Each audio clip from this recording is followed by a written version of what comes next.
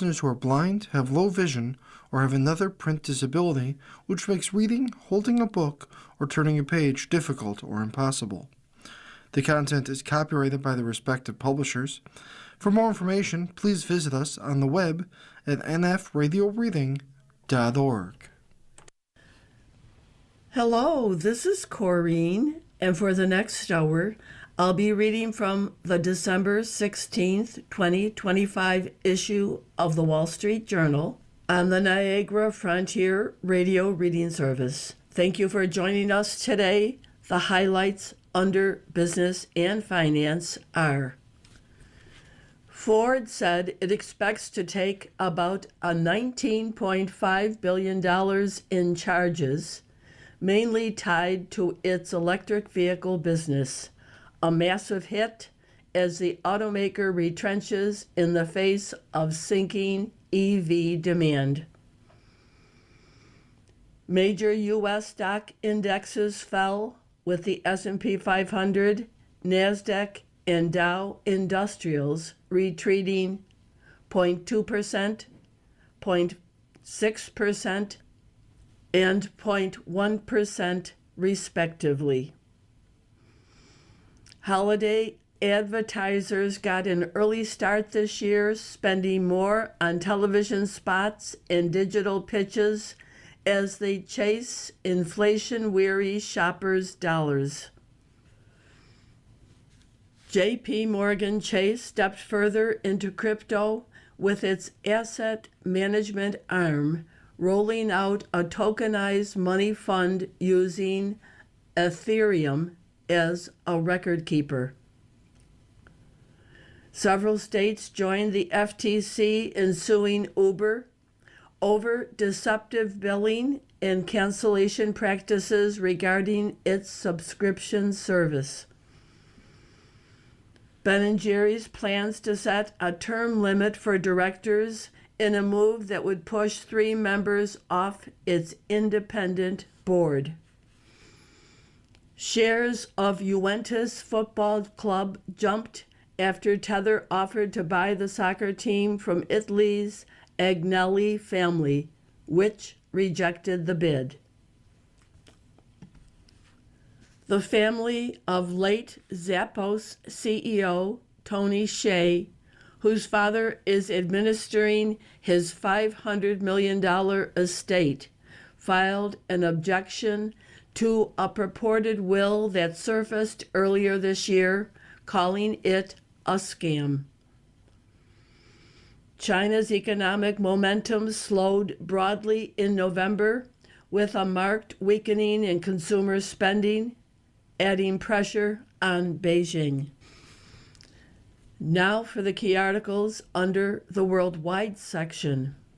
The son of famed actor-director Rob Reiner and his wife, Michelle Singer Reiner, was arrested in Los Angeles on suspicion of the murder of his parents. Trump criticized Rob Reiner on social media after the Democratic activist and donor and his wife were found dead. The shooters who opened fire at a Hanukkah event at Sydney's Bondi Beach appear to have been inspired by Islamic State, Australia's Prime Minister said. The Justice Department said it arrested 4 people on charges of plotting a coordinated string of bombings set to go off on New Year's Eve across Southern California. European leaders warned that Russia could attack their countries next amid doubts about Washington's commitment to collective security. Ukraine said it used underwater drones to strike and critically damage a Russian submarine, claiming a first in maritime warfare. Trump sued the BBC for $10 billion, saying it defamed him in its editing of a documentary featuring his speech before the Capitol riot. The Louvre Museum was closed Monday after staff began a rolling strike to demand better working conditions and improvements to infrastructure, including better security. Died Rob Reiner, 78, actor, director. Michelle Singer Reiner, 70, photographer. Arthur L. Carter, 93, broker and legendary banker. Anthony Gary, 78, General Hospital star. The picture on today's front page shows a man standing in front of a huge white fence, which is an entrance to a home, decorated with 2 Christmas wreaths. And up in the right-hand corner is a picture of a couple. And that caption reads, "Shock." The Los Angeles home where actor-director Rob Reiner and his wife Michelle Singer Reiner were slain. Their son Nick, who has battled addiction, was held on suspicion of murder. The article, Nick Reiner is arrested in LA's killings of parents. Suspect 32 is held without bail after bodies of filmmaker wife found at home. By Joseph D. Avila, Laura J. Nelson, and C. Ryan Barber. The son of actor-director Rob Reiner and his wife Michelle Singer Reiner was arrested Monday in Los Angeles on suspicion of the murder of his parents, an incident that shook Hollywood. Nick Reiner, 32, was arrested about 6 hours after police found his parents' bodies in their home Sunday night, the Los Angeles Police Department said. He was booked into jail and was being held without bail, according to police and inmate records. LAPD Police Chief Jim McDonnell earlier said that Reiner was being held on $4 million bail. Authorities responded to a call Sunday afternoon in the city's Brentwood neighborhood and found the elder Reiner and his wife. LAPD Deputy Chief Alan Hamilton said. A spokesman for the Reiner family confirmed the deaths of Rob Reiner, 78, and Michelle Singer Reiner, 70, and said that they were heartbroken by this sudden loss. The younger Reiner has spoken openly about his battle with drug addiction over the years. Rob Reiner was a household name in the 1970s for his role on television's All in the Family. He went on to become one of Hollywood's most accomplished film directors of the 1980s and 1990s, with credits including This Is Spinal Tap, The Princess Bride, and A Few Good Men. Reiner married Michelle Singer, a photographer, in 1989. She had worked as a producer and photographer on several of his films and took a picture of Donald Trump that appeared on the cover of his 1987 book, The Art of the Deal. Los Angeles Mayor Karen Bass and California Governor Gavin Newsom issued statements mourning the Reiners. Bass called their deaths a devastating loss for our city and our country, and said Reiner's contributions reverberate throughout American culture and society. Newsom cited the advocacy by the Reiners for LGBTQ rights and early childhood development. Sons' struggles have long been under a spotlight, by Sarah Ashley O'Brien, Ellen Gammerman, and John Jurgensen. Nick Reiner's struggles with his family started long before he was arrested in connection with the murder of his parents. As a teenager, he fell into drug addiction. An interventionalist got involved for the first time when he was like 14 to try to set him on the right path. He said in an interview on Dopey, a podcast about substance use and recovery.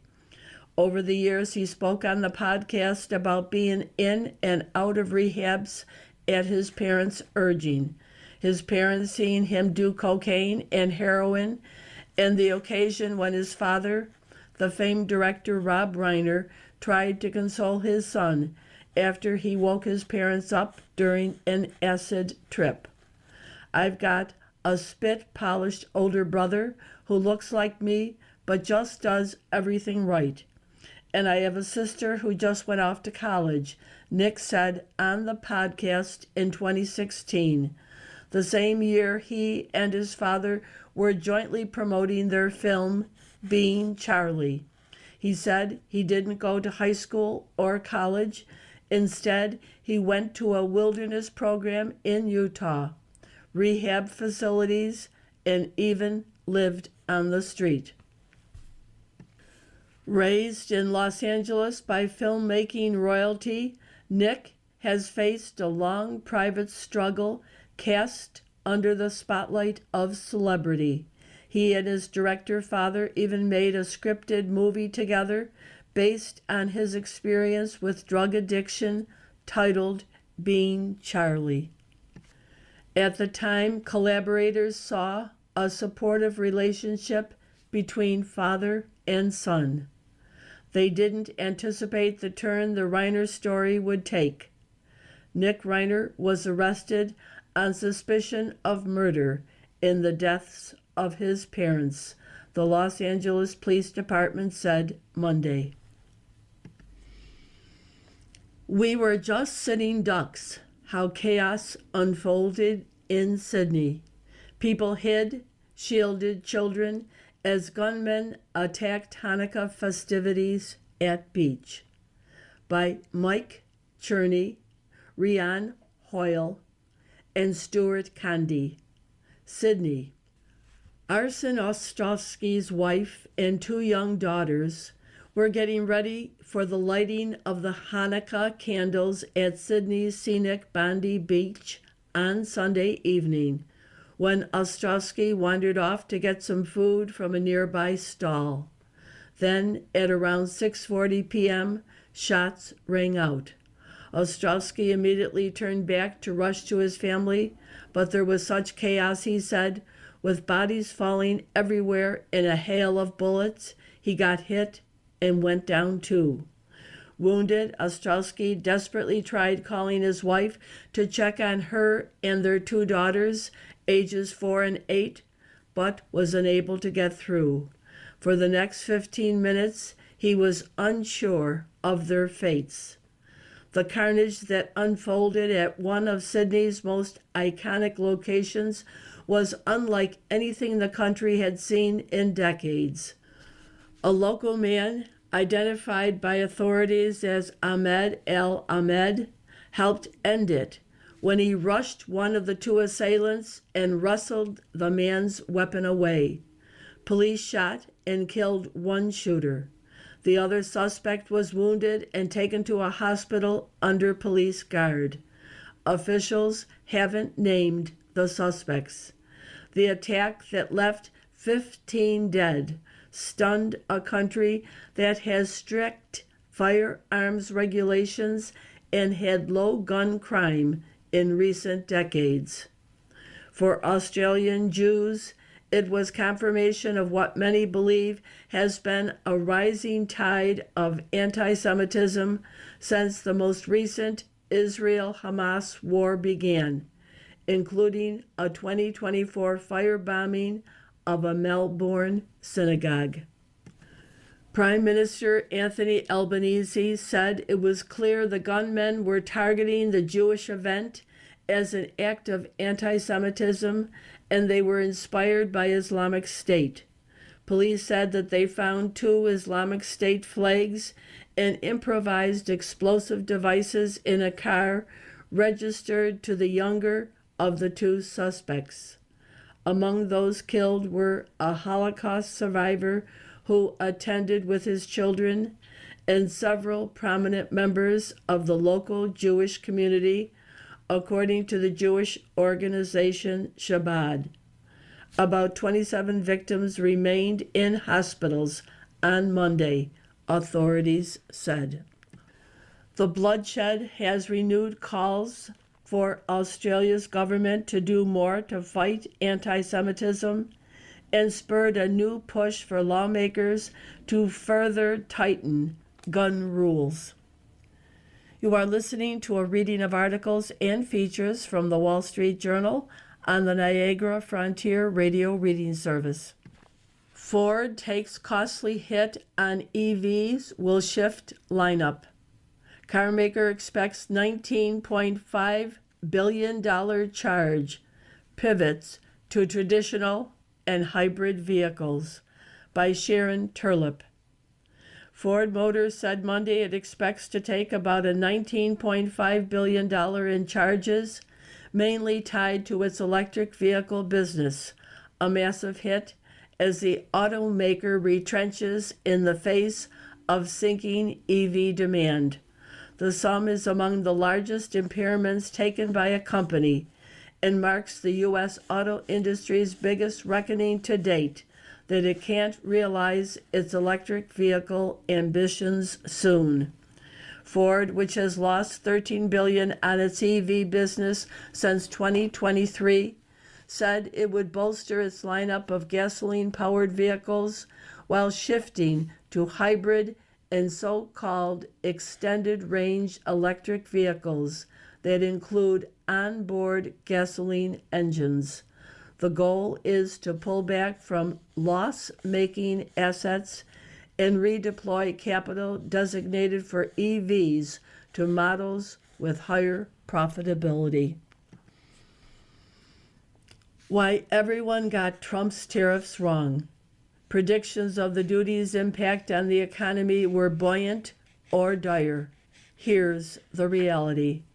By Chao Deng and Drew Ann Pham.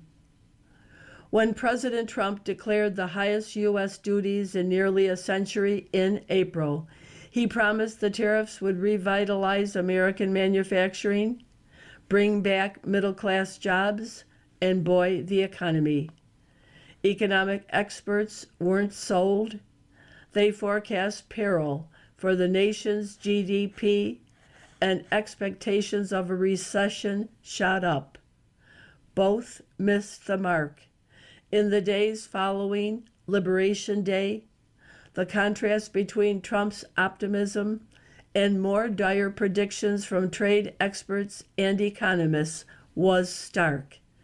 As businesses and consumers tried to make sense of the mixed messages, the president doubled down on promises he made during his 2024 presidential campaign. The markets are going to boom. The stock market is going to boom. The country is going to boom, he said on April 3rd. Economists and business leaders dialed up predictions of a fallout.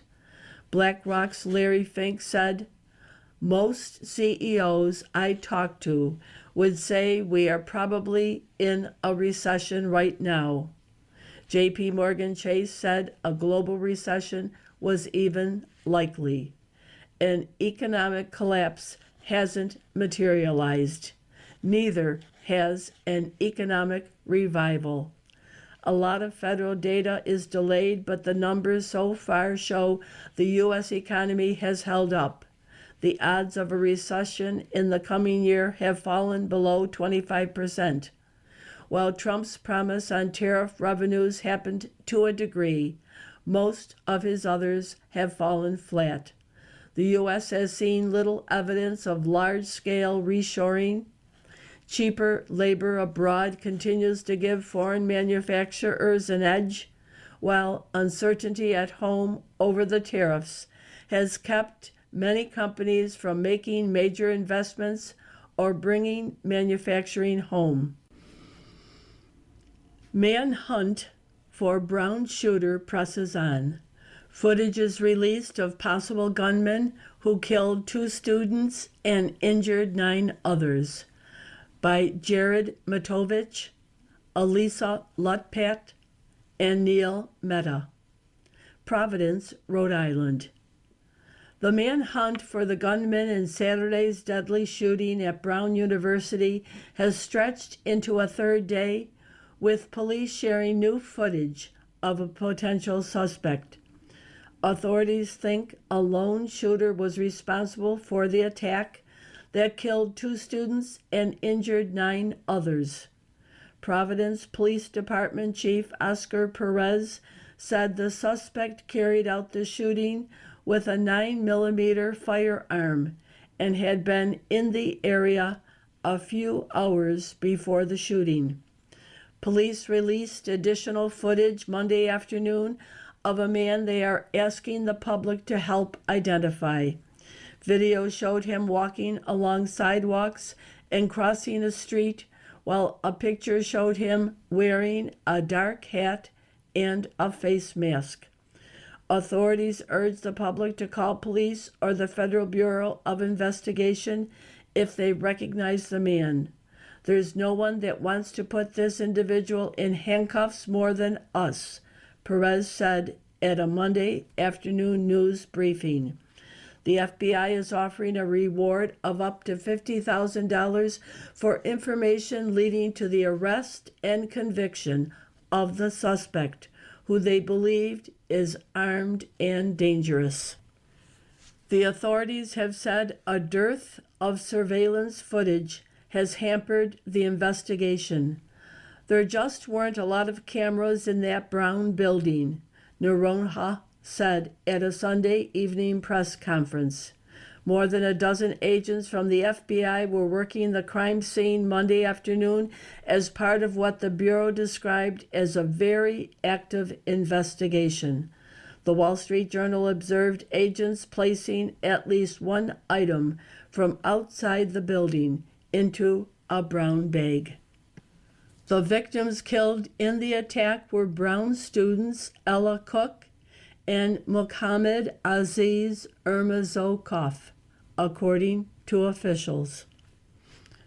Workers head back to school in their 40s by Claire Ansberry. A tough job market and the threat of AI lead some to make radical career changes. It's tough to go back to school in your 40s, but with layoffs, stagnant pay, and inroads by artificial intelligence, many of those nearing midlife are heading back to classrooms and trade schools. Some are making radical career changes, going from chef to software engineer. Others are getting higher degrees to stand out from peers as qualification standards intensify. Some who skipped college after high school return to the classroom because they can't get top jobs without degrees. Returning to school isn't easy. Those in their 40s often have to juggle work, family, and academics. They take on new debt when peers are entering peak earning years. The average cost of in-state public college is about $30,000 a year, and much more for private nonprofit schools. For many, it's worth it. People are living longer and aren't retiring at 65. Cindy Woody, now 58, got her master's and doctorate in her 40s. I'm a good investment, said Woody, an assistant professor of educational leadership at the University of Texas at Tyler. Longevity, she says, runs in her family. Her great-grandmother lived to almost 100. Woody worked full-time while going to school, quit watching TV, and handed off housework to family members while she attended in-person classes at night and on Saturday. She wrote papers between 3 a.m. and 6 a.m. or on Sunday afternoons. More than 1 million people in their 40s are enrolled in undergraduate or graduate programs, according to the National Center for Education Statistics. Many are looking to make more money in the white-collar world and have greater job security, even as many younger people are questioning the value of a college degree. Skilled trade and apprenticeship programs, which can cost as little as $3,000 a year, are seeing an influx too, in part because those jobs are seen as less vulnerable to automation and artificial intelligence. 4 charged in New Year's Eve bomb plot. The defendants were identified as members of the Turtle Island Liberation Front by C. Ryan Barber. The Justice Department said on Monday it had arrested 4 people on charges of plotting a coordinated string of bombings set to go off on New Year's Eve across Southern California. In court records, the Justice Department identified the 4 as members of the Turtle Island Liberation Front, an anti-government group it said had advocated on social media for violence against U.S. officials. Federal agents arrested them on Friday in the Mojave Desert as they began preparing to build and detonate test explosive devices, law enforcement officials said on Monday during a press conference in Los Angeles. With the arrest, law enforcement officials prevented what would have been a massive and horrific terror plot, Attorney General Pam Bondi said on social media. She said the group planned to also target immigration and customs enforcement agents and vehicles. Underwater Drones Strike Sub by Alistair McDonald. Ukraine said it used underwater drones to strike and critically damage a Russian submarine, claiming a first in wartime warfare and mounting a display of Kyiv's ability to find innovative ways to wound its giant neighbor after nearly 4 years of war. The Security Service of Ukraine, the SBU, said it effectively disabled a Russian submarine in the Russian Black Sea port of Novorossiysk. Footage released by the SBU showed an explosion near a docked submarine in a crowded naval port. The attack showed Ukraine's ability to hit Russia on its own territory in new ways, as the U.S. is pushing Ukraine to accept a deal to end the war that appears to favor Russia, citing Ukraine's apparent weakness. The apparent attack, which the Wall Street Journal couldn't independently confirm, could herald a new front in naval warfare where small craft are already scuttling giant ships. Other navies and defense companies, including the U.S., are rushing to develop such technologies in a bet they can revolutionize underwater warfare in the way aerial drones have in the skies. FTC suit against Uber over its billing expands by Kelly Clunan. Several U.S. states joined the Federal Trade Commission in suing Uber over deceptive billing and cancellation practices regarding its subscription service. The amended complaint, filed Monday, garnered participation from 21 states and the District of Columbia. It includes a request for civil penalties alleging the company violated state and federal laws. The lawsuit, which was originally filed by the FTC in April, alleged that the ride-hailing company's Uber One subscription service charged consumers without their consent, failed to deliver promised savings, and made it difficult for users to cancel.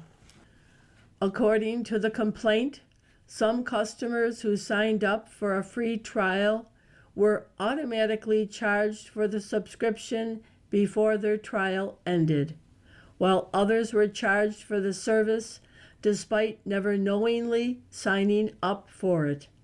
The lawsuit also said Uber made it difficult for users to cancel the service despite its cancel anytime promises, with some users navigating as many as 23 screens to cancel. Some users also didn't receive the service's promised savings of $25 a month and $0 in delivery fees, according to the complaint. You are listening to a reading of articles and features from the Wall Street Journal on the Niagara Frontier Radio Reading Service. From the editorial page, the GOP's Better Healthcare Ideas. The House bill would expand private insurance options. Democrats think they have Republicans on the run on health care, but maybe not if the GOP fights back. On Friday, House Speaker Mike Johnson offered a better alternative to the Democratic proposal to extend pandemic-era subsidies for Obamacare, expanding insurance choices for employers and workers. How dare he? House Republicans plan to vote on their bill this week.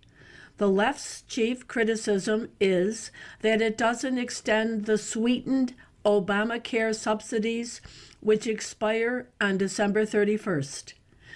This so-called plan is the height of irresponsibility, declared House Minority Leader Hakeem Jeffries. But how is it irresponsible to increase health care options at lower cost for taxpayers? Democrats boosted the Obamacare subsidies in 2021, purportedly to help those who lost coverage during the pandemic. But the pandemic has long been over, and the richer subsidies are an inducement for fraud. They have also spurred workers to ditch employer coverage for heavily subsidized Obamacare plans that raise costs for taxpayers. The GOP bill would make it easier for small businesses to escape the Obamacare regulatory morass. The bill would expand so-called association health plans that let small employers unite to sponsor group health plans. These plans would reduce premiums by expanding risk pools and give small employers more leverage with insurers. The plans wouldn't have to adhere to many costly Obamacare rules, though they still couldn't charge more for workers with pre-existing health conditions. Worker premiums for association plans would likely be lower than for Obamacare plans. Workers might also see an increase in take-home pay if their employer's insurance costs fall. Association plans won't work for all small businesses, but the GOP bill offers another option: health reimbursement arrangements. These would let employers make tax-free payments for employees to buy their own health insurance in lieu of sponsoring a group plan. Employees would be allowed to buy their own insurance with pre-tax dollars, which would reduce their cost. The Republican bill also seeks to reduce Obamacare premiums by fixing a distortion caused by the law's convoluted design. Obamacare requires insurers to reduce deductibles and co-pays for low-income enrollees in benchmark silver plans. No surprise, insurers have raised premiums for these silver plans to offset the cost of these cost-sharing reductions. Because Obamacare subsidies are pegged premiums for silver plans, the cost-sharing mandate has resulted in larger subsidies for all plans. The GOP bill would appropriate funds to insurers to pay for Obamacare's required cost-sharing reductions. This would reduce premiums for silver plans and, in turn, taxpayer spending on subsidies. A better solution would be to eliminate the cost-sharing mandate, which can make Obamacare plans more attractive than employer plans for lower-income enrollees. This is one reason the share of workers who participate in employer medical plans among those with access to them, example, the take-up rate, has fallen to 65% from 73% in 2019, according to the Bureau of Labor Statistics. The take-up rate has fallen more among low earners who get free coverage on the Obamacare exchanges. By the way, the Census Bureau's annual survey of insurance coverage this year showed that the share of Americans with any coverage hasn't changed since 2019, despite the larger Obamacare subsidies. Enrollment in employer plans has declined, but government and Obamacare coverage has increased. Some of the increase in Obamacare enrollment owes to fraud, as the Paragon Health Institute has documented, and the Government Accountability Office recently corroborated. Millions of people have underreported their incomes to qualify for bigger subsidies, while brokers enroll people in plans without their knowledge to earn bigger commissions. This year's GOP tax bill included measures to reduce fraud, such as strengthening income verification, but many reforms don't kick in until 2028. Ending the enhanced subsidies would at least reduce the incentives for fraud. Yet, Democrats apparently don't care if the subsidies are gamed. Senate Democrats this week aim to call a vote under the Congressional Review Act to rescind the administration's regulatory anti-fraud reforms, such as requiring minimum $5 premium payments if people don't actively re-enroll. That's right, they object a measly $5 incentive to reduce fraud. Obamacare's structure was shaky by design, and now Democrats want to keep shoveling out subsidies to hide their errors. Repairing the damage the law has done to competition in healthcare markets is a bigger undertaking than the House bill attempts, but the GOP alternative is far superior to the subsidy status quo. From the opinion pages, Obamacare subsidies could kill your plan. The expansion would mean employers have an incentive to stop offering coverage. By Chris Pope. The debate over renewing the expansion of Obamacare subsidies has focused on the 6% of Americans enrolled. But if you get medical coverage through your employer, you should worry.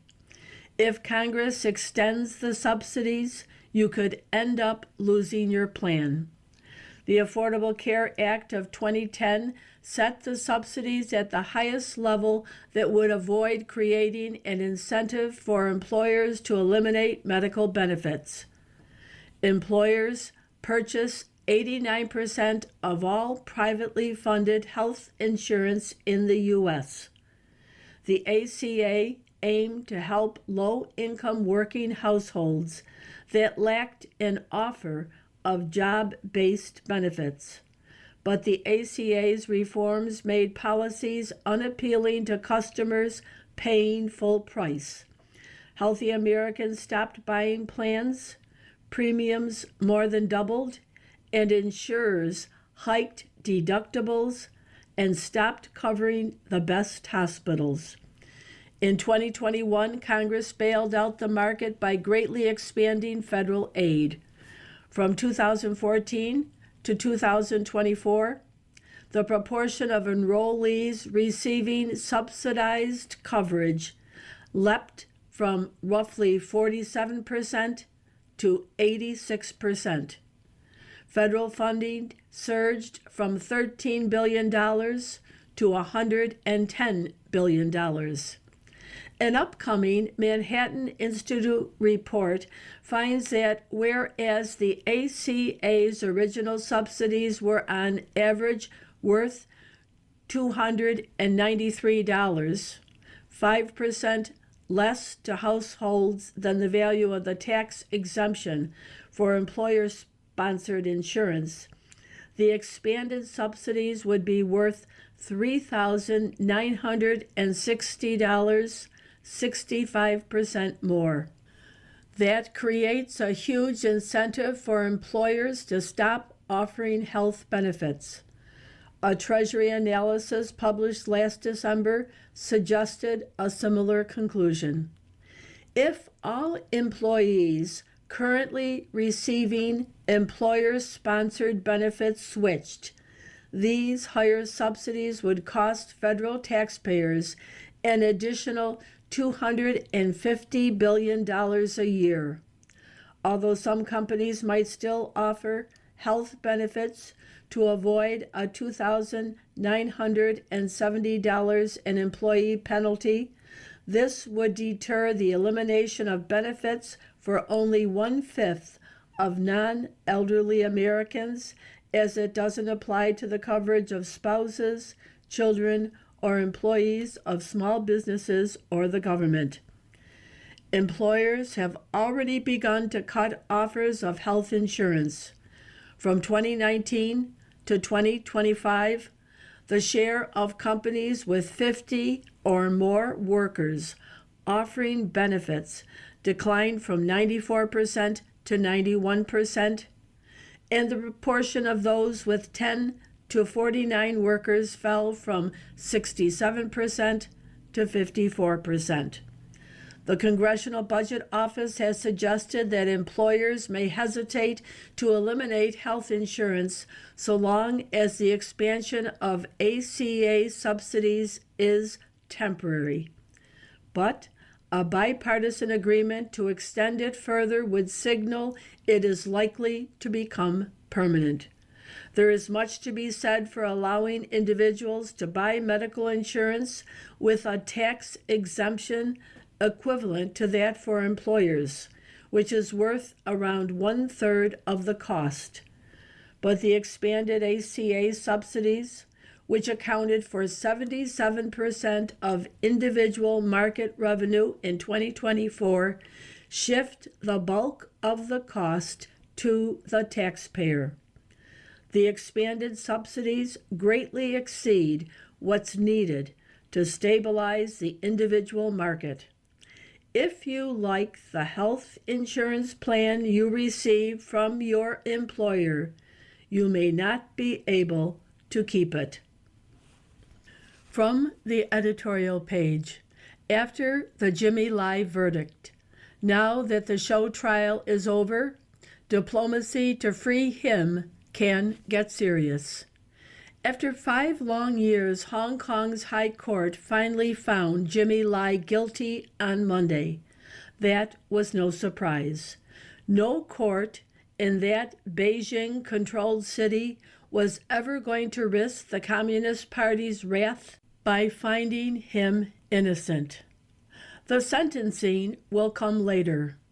But the real import of the verdict may be to clear the path to a diplomatic deal that would free the 78-year-old newspaper man from his solitary cell in Lai Chi Kok prison. That depends on Chinese President Xi Jinping, as well as President Trump and British Prime Minister Keir Starmer. Mr. Lai was arrested in 2020. The 156-day trial over 2 years involved around 3 charges: 2 counts under the Beijing-imposed national security law of colluding with foreign forces, and 1 count of sedition.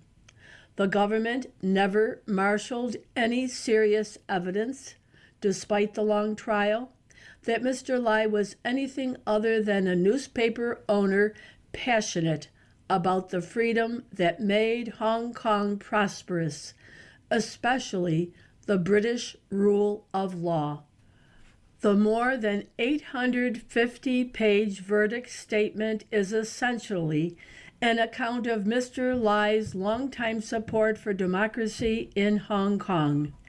It includes contacts with American officials as he tried to rally support for the autonomy that China promised Hong Kong when Britain transferred power in 1997.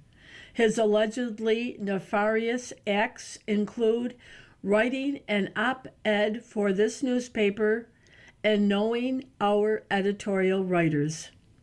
The truth is that in today's Hong Kong, a national security violation is whatever the government says it is, same as in China. Britain has sadly declined as a force in international affairs, but there's an opportunity now for Mr. Starmer to reclaim some of its lost reputation. Mr. Lai is a British citizen and has been for most of his life. Surely Mr. Starmer would not want to signal on the eve of his visit to Beijing next month that China can imprison his citizens with impunity. Mr. Starmer's most important leverage is whether to approve China's supersized new embassy in London that is in prime urban territory for espionage.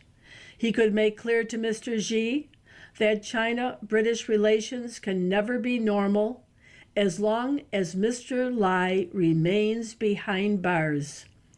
He would also do well to thank Mr. Trump for raising Mr. Lai's case to the Chinese as diplomatic discussions continue behind the scenes. Monday's verdict may be perverse good news, in that Mr. Lai was never going to be released until the trial was over. Dictatorships need to pretend that the innocent are guilty and then broadcast the phony verdict to the public through their propaganda channels.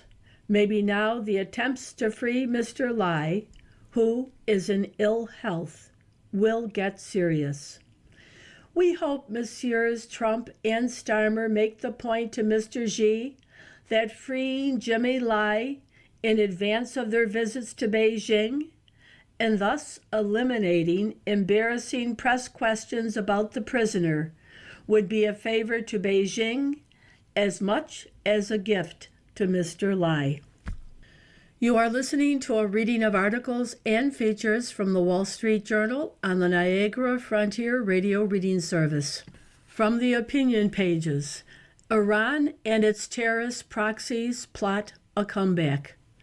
The Gaza ceasefire has diverted Western attention from the real threat, Tehran and its surrogates, by John Bolton. Iran and its terrorist allies are striving to recover from the devastation they brought on themselves by the attacks of October 7, 2023. They want to restore their nuclear and terrorist capabilities and to appear as though they've already done so. Although the work of rebuilding is far from complete, it is proceeding despite Iran's instability and attendant repression, and despite water shortages that could require officials to abandon Tehran as the capital. If Israel, the Gulf Arab nations, and the U.S. fail to take Iran's comeback seriously, they will be repeating past mistakes and facilitating a resurgent Tehran. Most dangerous is the renewal of Iran's nuclear weapons program. Fordow and Nantes, which the U.S. struck with bunker buster bombs in June, may be impossible to reconstruct. But tunneling appears to be increasing at Pickaxe Mountain near Nantes, which Iran in 2020 declared a site for building centrifuges central to uranium enrichment. At Isfahan, which Israel struck, new work is underway, although its extent is unclear. And at the Parchin military complex, Iran is rebuilding high-explosive test facilities critical to nuclear weaponization efforts.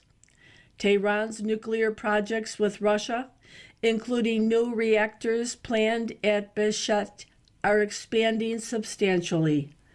Ostensibly civil purposes, namely clean energy production, provide cover for weapons-related work. Chinese nuclear support is better hidden, likely disguised as scientific and technological cooperation, topped off by growing Chinese purchases of Iranian oil.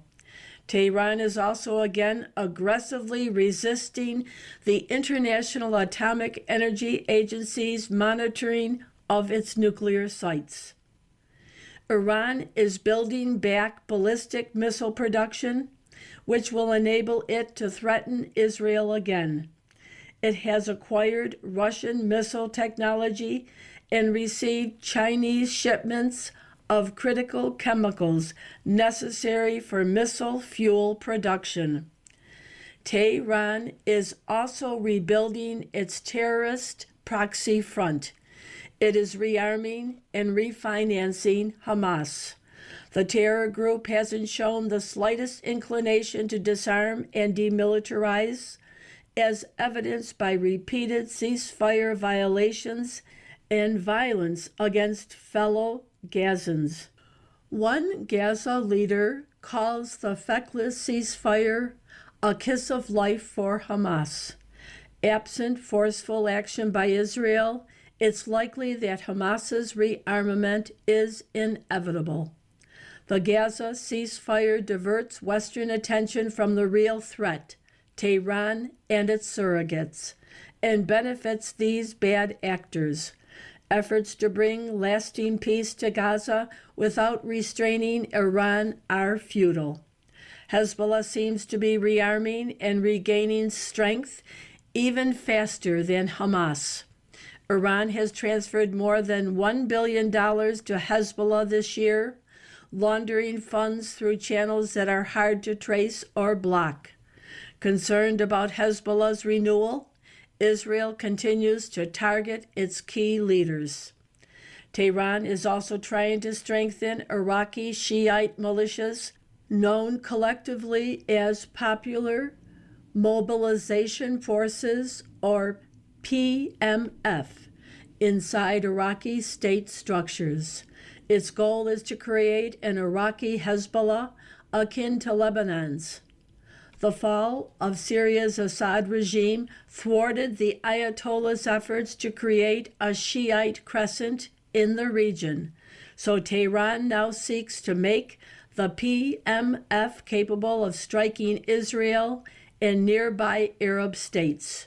Renewed attacks on oil fields operated by American and other foreign companies in Iraqi Kurdistan show Tehran's determination to flex its muscles in the region. In Yemen, non-Houthi opposition factions have recently clashed, one supported by the United Arab Emirates against another with ties to Saudi Arabia. Yemen's civil war is complicated, but the last thing Gulf Arabs need is conflict that might reinforce Iran's hand with Houthi forces, over which Tehran has struggled to reassert control. The Houthis endanger Israel and the Suez Canal Red Sea maritime passage, a vital U.S. national security interest. They are also a threat to the Arab oil-producing states in their backyard. Unfortunately, the White House seems to have lost interest in the Houthi problem since halting in May brief, inconclusive U.S. efforts to thwart Houthi attacks on commercial vessels near Yemen. These developments require immediate attention by Israel, the U.S., and the Gulf Arabs.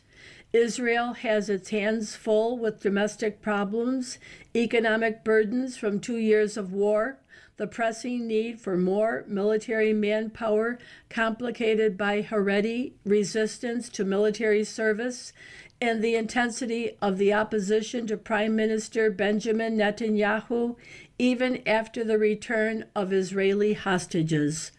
But Iran isn't resting.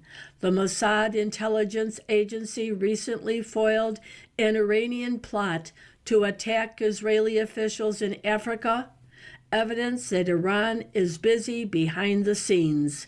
It's up to those threatened by Iran and its proxies to ensure that their comeback fails.